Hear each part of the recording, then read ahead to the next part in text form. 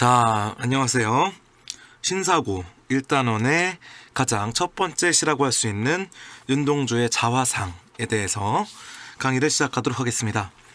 자, 일단 우리가 먼저 알아야 될 것이 무엇이냐면 바로 이 작가 윤동주에 대한 걸 우리가 먼저 좀 알고 들어가면 이 시에 대한 접근을 좀 쉽게 할 수가 있어요. 자, 그래서 우리가 보통 윤동주라고 하는 사람이 시를 쓸 때 주로 어떠한 주제로 어떠한 주제의식을 가지고 시를 쓰는지 이거를 미리 알 필요가 있는데, 일단 윤동주 하면 첫 번째로 떠오르는 키워드가 뭡니까?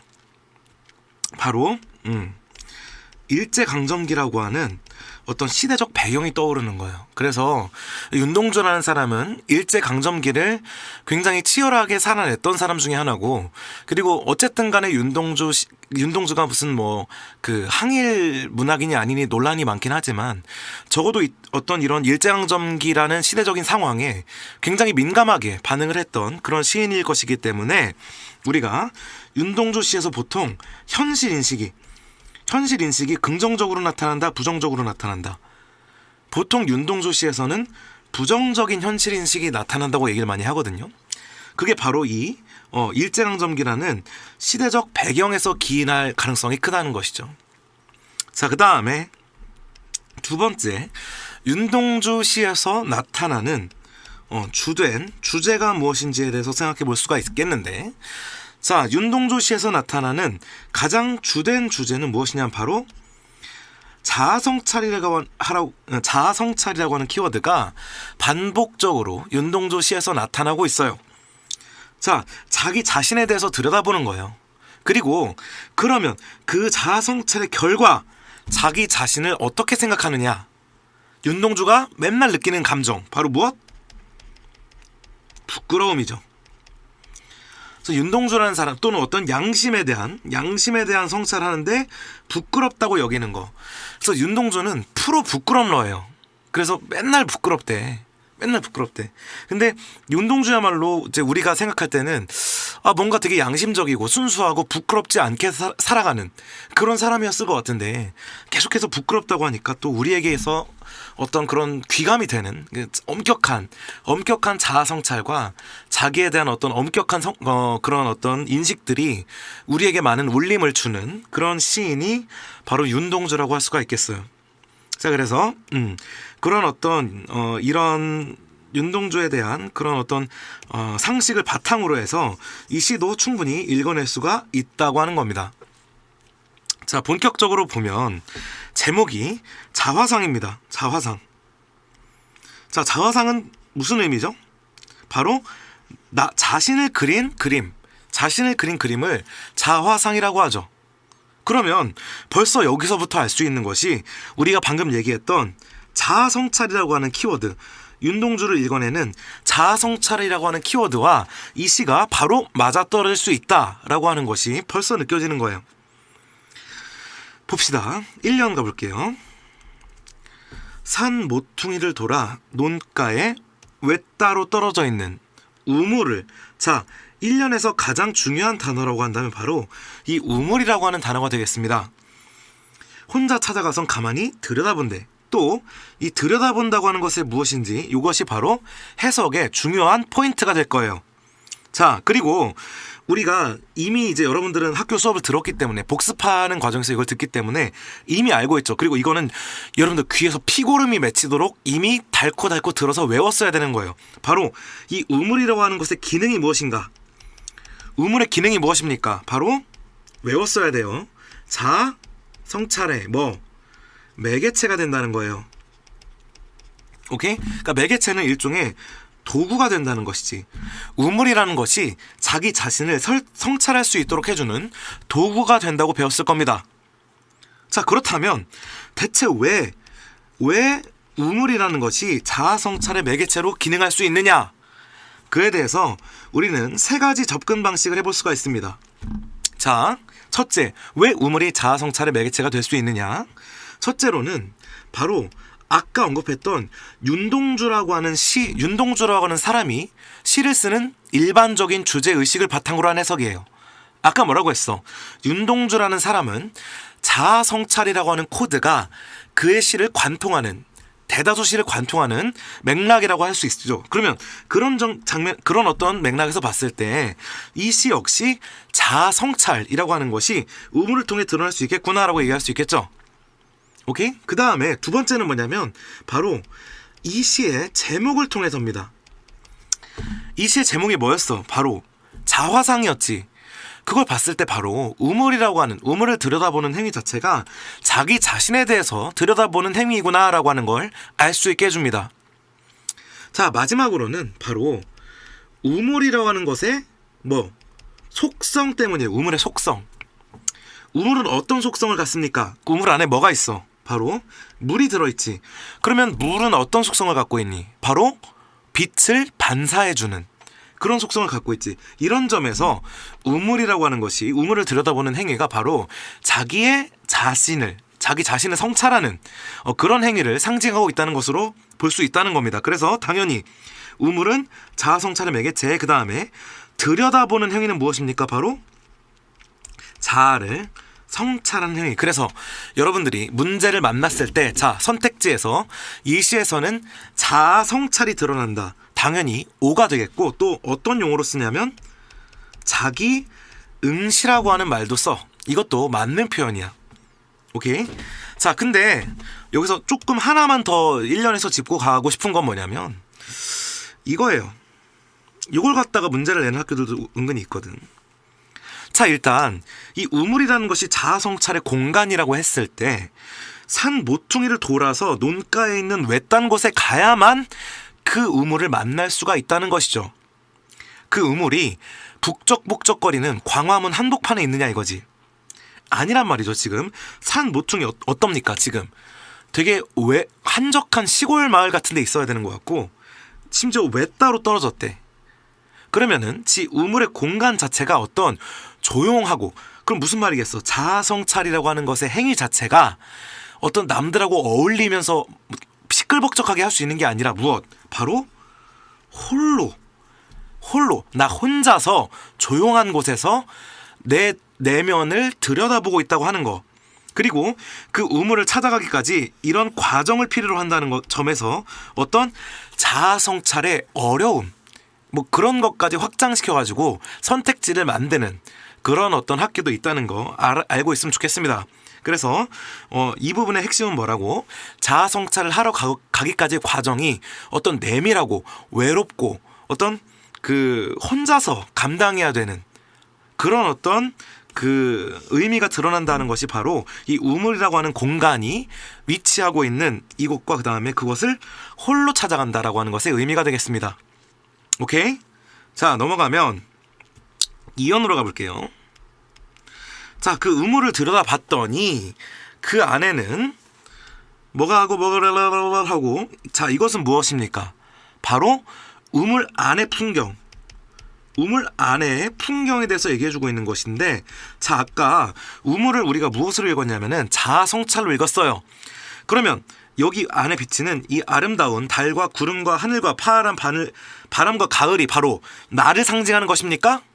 아니죠. 왜? 자, 우리가 3년으로 잠깐 미리 가보면 여기 누가 있다고 되어 있습니까? 그리고 한 사나이가 있다고 되어 있죠. 여러분들이 이미 알고 있죠? 바로 이 사나이가 누구? 나, 즉 화자를 상징한다는 거 이미 알고 있기 때문에 여기 우물에 비치고 있는 이러한 자연의 풍경들은 바로 나가 아니라는 겁니다. 자, 그러면 이 자연의 풍경이 어떤지 한번 볼게. 달이 밝고 구름이 흐린데 되게 아름답죠? 하늘이 펼쳐지고 파란 가을이 있대. 자, 여기서 느껴지는 자연의 풍경, 이게 아름답습니까? 추합니까? 뭔가 아름답지? 긍정적인 게 느껴지지 않아? 지금 우물을 들여다봤더니 우물 안에 순수하고 아름다운 자연물들이 담겨 있다는 겁니다. 오케이? 자, 그러면 그 다음에 여기서 하나만 우리 표현 방식 짚고 넘어갑시다. 달이 밝고 구름이 흐르고 하늘이 펼쳐지고 바람이 불고. 자, 이걸 무슨 법이라고 보통 얘기한다고? 이미 알고 있죠? 그래요. 열거법. 열거라는 거는 일종의 나열해서 늘어놓는다는 거거든요. 자, 그래서 무엇과 뭐하고 우물 속에 있는 자연물의 소재들을 나열함으로써 바로 이 열거법을 실현하고 있다라는 그 점 자주 출제가 된다는 거 알고 있으면 좋겠습니다. 오케이? 자, 근데 이 이연의 의미는 바로 이 3년하고 같이 해석했을 때 구체적으로 드러나니까 3년도 마저 가봅시다. 자, 그리고 우물 안에 한 사나이가 있다고 하고, 자, 이 시에서 뭐니 해도 중요한 요소가 바로 이 사나이의 의미입니다. 그래서 사나이라는 건 누구라고? 바로 뭐? 아까 뭐라고 했어? 우물이라는 게 윤동주 특성상, 그리고 이 시의 제목상, 그리고 그 우물이라는 것이 비치는 특성상 바로 이 사나이가 누구를 의미한다? 바로 화자를 의미한다 라고 할 수가 있는 겁니다. 그래서 지금 어떻게 표현하고 있냐면 나, 즉 화자를 나라고 표현하지 않고 바로 우물에 비친 자기 자신의 모습을 사나이라고 표현하고 있죠. 자, 사나이라고 하는 건 주로 야 내가 나를 사나이라고 하니? 아니지. 마치 남을 표현하듯이 내가 있습니다가 아니라 사나이가 있다고 얘기하고 있죠. 바로 여기서 어떻게 선택지가 구성된다. 자신의 모습을 뭐하고 있다. 객관화시키고 있다라고 하는 선택지가 많이 출제가 되는데 O입니까 X입니까? 바로 맞는 선택지가 되는 거야. 자, 객관적이라는 거는 자신을 객관적으로 본다는 거는 나를 마치 남을 보듯이 들여다본다는 것이거든요. 바로 그런 점에서 이 사나이라고 하는 표현에는 자기 자신을 객관적으로 성찰하는 그런 모습이 나타나고 있다는 거 추가적으로 알고 있으면 좋을 것 같아요. 자, 그러면 지금 우물에 지금 이 비친 풍경을 좀 그려. 우물이 이렇게 동그랗겠지. 우물이 이렇게 동그랗게 있는데 이 우물을 보니까 지금 여기 바깥에 풍경이 어떻냐면은 막 달이 밝고 구름이 흐르고 하늘이 펼치고 아름다운 풍경이 있어.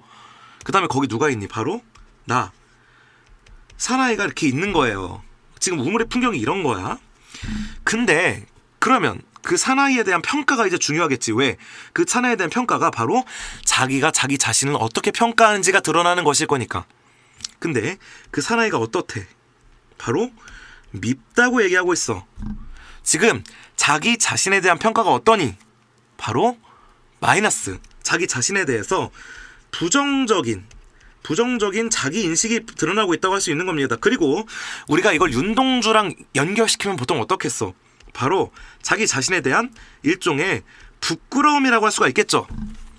자, 그럼 여러분들이 여기서 반드시 알아야 되는 거는 대체 여기서 왜 자기 자신이 부끄러워졌느냐 하는 겁니다. 대체 이 사나이가 왜 미워졌느냐 하는 게 이 시를 해석하는 중요한 포인트라는 거야. 자, 왜 미워졌겠습니까? 바로 이연 때문인 거지. 이 이연이 대체 왜 나왔는지를 상기해 볼 필요가 있는 거야. 이연에 보면 여기 아름다운 자연이 있었어. 지금 바깥의 배경은 어때? 아주 아름다워. 근데 여기 비친 사나이가 그 자연에 어울리는 모습이야 아니야? 바로 자연에 어울리는 모습이 아닌 겁니다.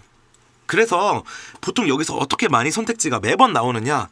요 이연과 3년을 바탕으로 했을 때 자연과 사나이의 관계를 묻는 선택지가 많이 출제가 되고, 뭐라고 대답해야 됩니까? 서술형 형이도 많이 나오고. 자연과 사나이는 바로 대조, 즉 반대, 대조를 이루고 있다는 표현이 중요한 거야. 무슨 말이냐면 우물 안을 딱 들여다봤을 때 어떤 아름다운 내가 추구하고 있는 어떤 이상적인 모습들, 어떤 순수한 어떤 모습들이 있는 거야. 근데 나는 거기에 걸맞게 살고 있는 거야 아니야. 내 모습은 그 아름다운 자연에는 전혀 걸맞지 않는 아주 초라하고 아주 부끄러운 모습이었던 거야. 그래서 바로 그 사나이가 미워졌다고 하는 표현을 통해서 부정적인 자기 인식이 드러나고 있다고 하는 거야. 오케이? 자, 근데 쭉 가봅시다. 근데 그래서 돌아간대. 에이, 보기 싫어 하고 이제 우물에서 돌아간 거지. 근데 돌아가다가 아무리 생각해보니까 처음에는 뭐였어? 그 사나이에 대한 평가가 일단 첫째 3년에서는 뭐였냐면 미움이었어. 미움. 근데 사연에서 딱 생각해보니까, 아무리 다시 생각해보니까 그 사나이가 가엾기도 해. 자, 가엾음을 우리가 다른 말로 뭐라고 합니까? 연민, 불쌍히 여기는 감정을 연민이라고 하죠. 자, 그러면 그 사나이가 가엾어졌다는 거는 이 미워졌다는 거하고 같은 겁니까? 다른 겁니까? 조금 다른 것이지. 왜냐하면 우리가 어떤 대상을 가엾어한다. 어떤 대상을 연민한다고 하는 건 우리가 그 대상이 만약에 우리가 부정적으로 바라보면 그걸 연민할 수 있을까? 내가 세상에서 제일 싫어하는 사람이 있어. 정말 증오하는 사람이 있어. 근데 그 사람이 나쁜 일을 당했어. 그러면 그 사람을 불쌍해 여기겠냐고. 야, 쌤통이다 그러겠지. 우리가 기본적으로 어떤 대상을 연민한다는 것 자체가 그 대상에 대한 어떤 긍정적인 감정을 포함할 수 있는 가능성이 있다는 거예요. 근데 물론 완전히 긍정적인 건 아니지. 왜냐면 내가 싫어하는 사람도 불쌍히 여길 수 있다는 점에서는. 그러나 적어도 여기서 우리가 알 수 있는 건 미워졌다는 것과 가엾어졌다는 것 사이에는 어떤 약간의 변화가 있다는 거야. 에이, 보기 싫어. 그래도 불쌍한데? 지금 이렇게 감정이 바뀌고 있는 것이지. 그래서 도로 갔다고 하지. 도로 간 건 무엇 때문이야? 바로 가엾어졌기 때문에 한번 다시 가서 쳐다본 거야. 다시 이 우물을. 오케이? 그래서 갔다 봤더니 내가 생각했던 것보다 괜찮네 이렇게 생각할 수도 있고 여전히 쓰레기네 이렇게 생각할 수도 있지. 어떻게 생각했는지 보자. 가서 들여다보니까 사나이가 그대로 있대. 자, 그대로 있다는 건 무엇과 대응됩니까? 바로 여기 이 있다는 거, 이 있다는 것과 그대로 있다는 것이 바로 대응된다고 할 수가 있겠지. 그러면 여기 있던 사나이가 만약에 그대로 있으면 그 사나이에 대한 평가는 어떻게 나오겠니? 당연히 앞에서 했던 미워진 걸로 평가가 나오겠지. 바로 그래서 여기서 미워졌다고 얘기를 하는 거야. 오케이? 자, 그래서 지금 우리가 오연을 가보면 다시 그 사나이가 미워졌대. 오락가락하고 있지. 지금 자기 자신에 대한 평가가 오락가락하고 있어. 자, 그래서 미워졌는데 다시 돌아가다 생각하니까 그래, 미워져갖고 돌아갔겠지. 미워져서 돌아갔겠지. 근데 다시 생각해보니까 이제는 그 사나이가 그리워진대. 자, 지금 다시 한번 미움에서 그리움으로 심정이 변화했죠. 그리고 우리가 그리움이라는 감정을 좀 주목할 필요가 있는 게, 우리가 누굴 그리워한다. 나는 네가 참 그리워. 그럴 때 너는 우리가 당연히 긍정적으로 여기는 대상을 그리워하지, 우리가 증오하거나 싫어하는 대상을 그리워하지 않죠. 그럼 벌써 여기서 알 수 있는 것이 화자 자신에 대한 태도가 바뀌었다 안 바뀌었다? 바로 바뀌었다는 겁니다. 그래서 여러분들이 이 시를 이해할 때 바로 이 3, 4, 5연 역시 좀 하나로 묶어서 생각할 필요가 있다는 거야. 자, 이 3, 4, 5연에는 뭐가 드러나냐면 바로 일종의 방황과 갈등이 드러난다고 하는 겁니다. 방황과 갈등. 자, 어떤 갈등이 드러나냐? 사나이를 봤더니 미워졌대. 일단 자기 자신에 대해서 부정적으로 평가했어. 그 사나이 미워. 근데 다시 생각해보니까 그 사나이가 가엾어. 한번 바뀌었죠? 그 다음 뭐야? 가서 보니까 그대로 있어. 그래서 다시 미워. 세 번째죠? 그 다음에 다시 생각해보니까 그리워. 지금 자기 자신에 대한 평가가 4번 바뀌고 있다는 거야. 4번. 오케이? 그러니까 당연히 방언과 갈등이라고 할 수 있겠지. 왔다 갔다 하고 있잖아. 그 다음에 그 사나이에 대한 평가가 하나로 확실히 정해지는 게 아니라 계속 바뀌고 있다는 점에서 일종의 내적 갈등, 자기 자신의 평가에 대한 내적 갈등을 상징하는 부분이라고 볼 수가 있겠죠. 오케이? 자, 그리고 우리가 지금 자, 자기 자신에 대한 평가를 마이너스 플러스 축으로 한번 생각해 봅시다. 마이너스 플러스 축으로. 그럼 지금 어떻게 하고 있느냐? 처음에 봤을 때 이 3년에서 자기 자신이 미웠대. 그러면 내가 3년에서는 이렇게 평가된 거죠. 일단 첫 번째 평가 내가 미웠대. 마이너스로 평가한 거지. 근데 불쌍하대. 불쌍하다는 얘기는 뭔가 그래도 좀 불쌍한가 싶은 거지. 근데 가서 봤더니 다시 밉대. 다시 마이너스 쪽으로 온 거지.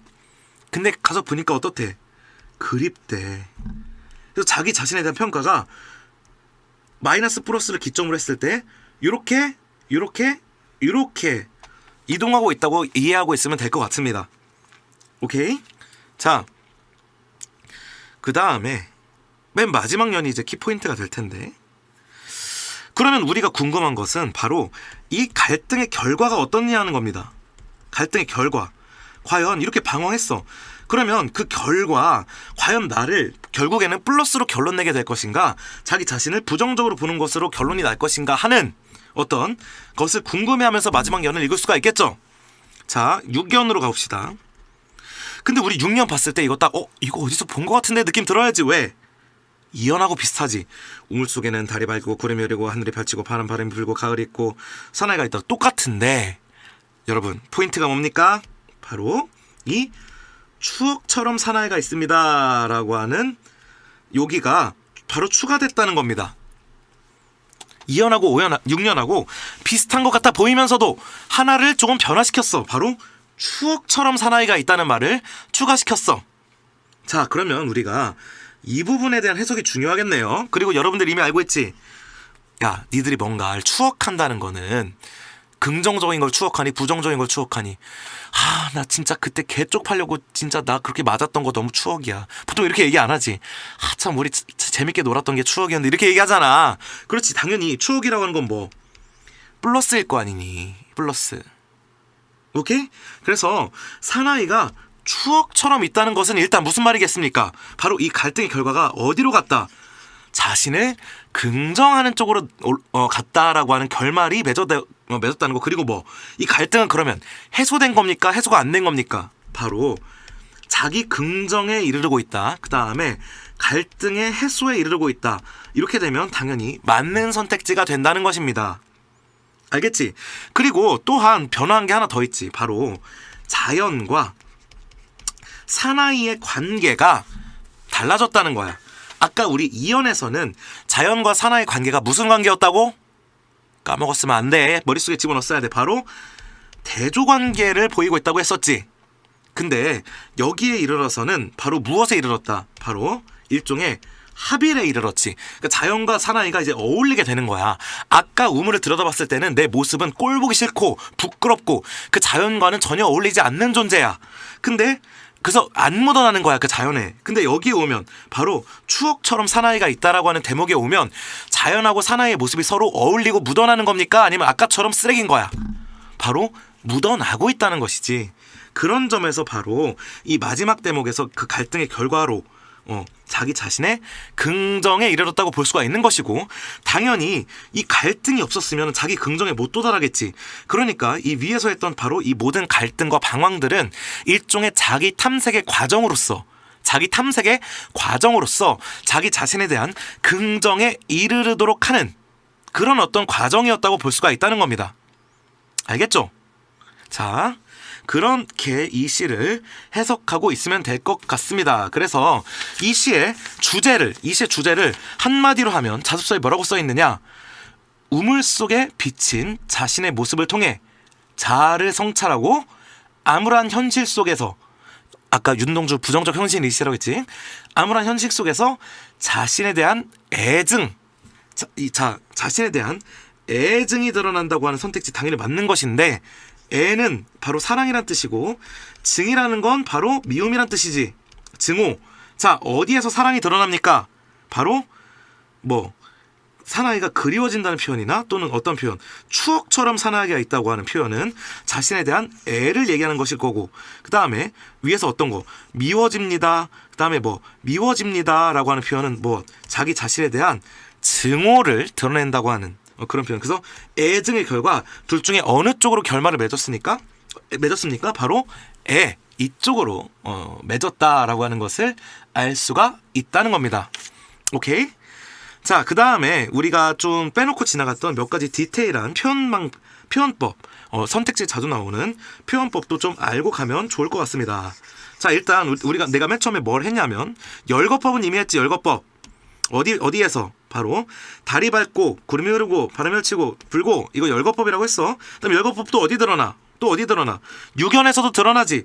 달이 밝고 구름이 흐르고 고 이거 당연히 열거법이라고 할 수가 있습니다. 알겠지? 자, 그 다음에 이 시에서는 두 번째 뭐가 드러난다? 바로 반복법이 드러난다는 거예요. 반복법. 자, 이 시에서 반복법이 드러난다라고 하는 거는 총 3가지 포인트가 있습니다. 오케이? 자, 첫 번째는 무엇이냐면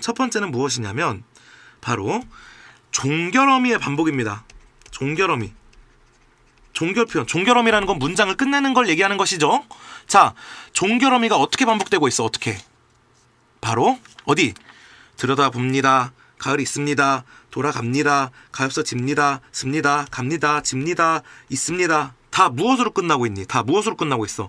다 비읍 니다. 자, 비읍 니다라고 하는 문장으로 끝내면서 반복성을 획득하고 있고 그 라임이 생기잖아. 라임이 생김으로써 이 글에 운율감을 부여하고 있습니다. 그러니까 당연히 반복법이라고 할 수가 있겠죠. 맞나요? 자, 그 다음에 두 번째, 이 시에서는 어떤 방법이 드러났냐면 바로 여기 이 부분. 사나이가 있습니다. 사나이가 있습니다. 미워져 돌아갑니다. 미워져 돌아갑니다.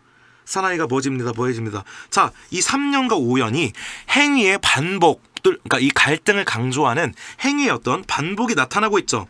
그래서 이 시에서 나타나는 두 번째 반복성은 무엇이라고? 바로 3년과 3, 4, 5년까지의 어떤 갈등, 그 행위의 반복 과정에서 나타나는 반복성이 드러난다고 하는 점이 이 시의 반복법이라고 할 수가 있겠습니다. 자, 그 다음에 마지막 반복법은 바로 이연과 유견의 반복입니다. 이연과 유견의 반복. 이 부분. 자, 이 부분 어때? 비슷하지? 그래서 세 번째 요소 이연과 유견의 반복인데 여기서 핵심 포인트. 이연과 유견의 반복이 그대로 정말 이연과 유견이 그대로 반복되고 있습니까? 아니지.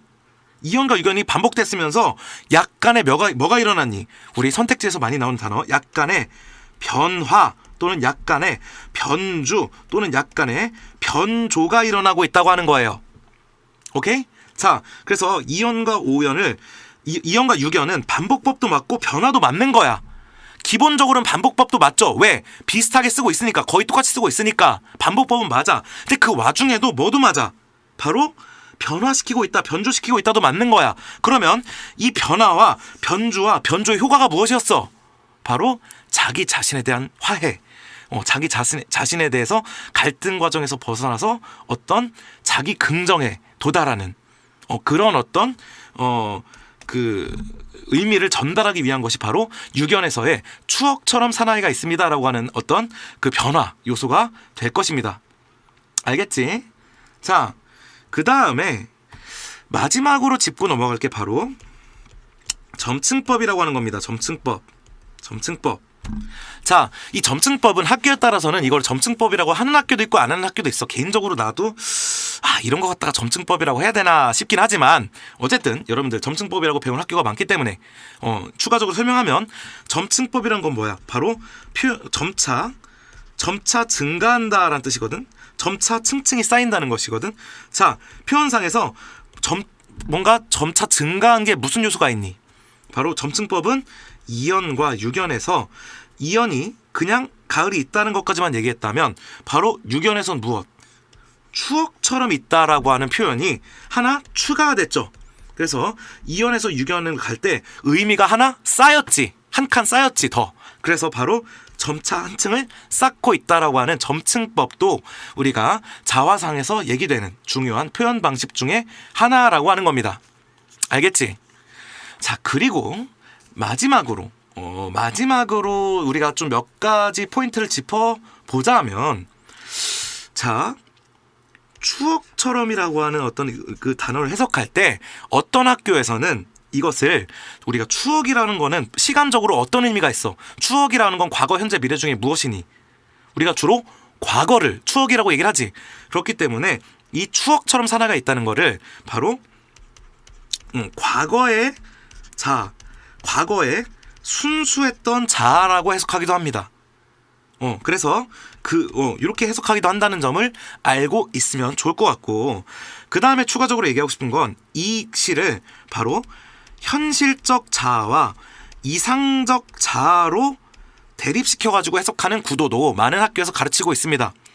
자, 그러면 아까 윤동주의 현실인식은 플러스였어, 마이너스였어? 바로 뭐였어? 현실인식은 마이너스였지. 이상적은 플러스였지. 그래서 윤동주의 현실적 자아, 이상적 자아는 뭘 얘기하는 거냐면, 자, 여기 비친 사나이, 이거는 현실적 자아겠습니까? 이상적 자아겠습니까? 당연히 이 우물에 들여다본 자기 자신에 대한 그 자아일 것이고, 그 사나이가 밉대. 당연히 현실로서의 나의 모습일 거예요. 현실로서의 모습. 오케이? 자, 근데 자, 그 사나이가 그리워진대. 그리고 여기 사나이가 있지. 여기 요거. 자, 요것은 무엇이겠니? 바로 이것은 이상적인 자아가 된다 라고 하는, 그러니까 긍정적인 의미로 해석될 수 있기 때문에, 그래서 요런 포인트로 문제를 출제하는 학교도 있다는 것, 그것도 기억해 놨으면 좋겠습니다. 그 다음에 또 어떤 선택지가 많이 나오냐면, 자, OX 판단해 보세요. 이 C는 C가 전개됨에 따라 화자의 인식이 변화한다. OX 알고 있죠? 바로 O가 되겠지. 왜? 자기 자신에 대한 평가가 달라지고 있죠. 그렇기 때문에 당연히 이 C는 마치 소설에서 입체적 인물처럼 자기 자신에 대한 평가나 인식이 바뀌고 있다라고 얘기할 수가 있다는 겁니다. 알겠지? 자, 그 다음에 이 시에서 또 마지막으로 중요한 포인트가 바로 어조와 태도라고 하는 개념입니다. 오케이? 자, 이 시의 어조를 보통 한마디로 대표적으로 얘기하면 뭐라고 하느냐? 바로 고백적 어조라고 합니다. 고백적 어조. 자, 이 고백적 어조라는 건 무엇 때문에 획득된다고 얘기하냐면 바로 비읍 니다로 끝나는 종결어미. 그리워집니다. 사나이가 있습니다. 사나이가 있다. 그리워진다. 있다. 이렇게 단정적으로 딱딱 끊어서 얘기하는 것보다 좀 더 부드럽게 고백하는 듯한 느낌이 들죠. 그렇기 때문에 바로 이 끝나는 말투에서 고백적인 어조가 드러난다라고 얘기를 많이 한다는 겁니다. 그 다음에 두 번째, 이 시의 태도는 보통 뭐라고 얘기되느냐? 바로 성찰적 태도를 보이고 있다. 이거 여러분들 의심의 여지가 없죠? 자기 자신에 대해서 자아를 성찰하고 있기 때문에 당연한 것이죠. 그래서 자, 여기까지 요 정도 내용이 여러분들이 윤동주의 자화상을 해석하면서 반드시 가져가야 되는 내용이고, 여러분들 아마 이 정도만, 지금 내가 얘기해 준 정도만 시험 보기 전까지 그 머릿속에 들어가 있으면 웬만한 문제들에는 대처가 되지 않을까 싶어요. 그래서 오늘 가르쳐 준 내용들 잘 복습해서 자화상은 절대 틀리지 않는 그런 훌륭한 내신 기간을 맞이했으면 좋겠습니다. 자, 그러면 자화상 강의 이것으로 마치겠습니다.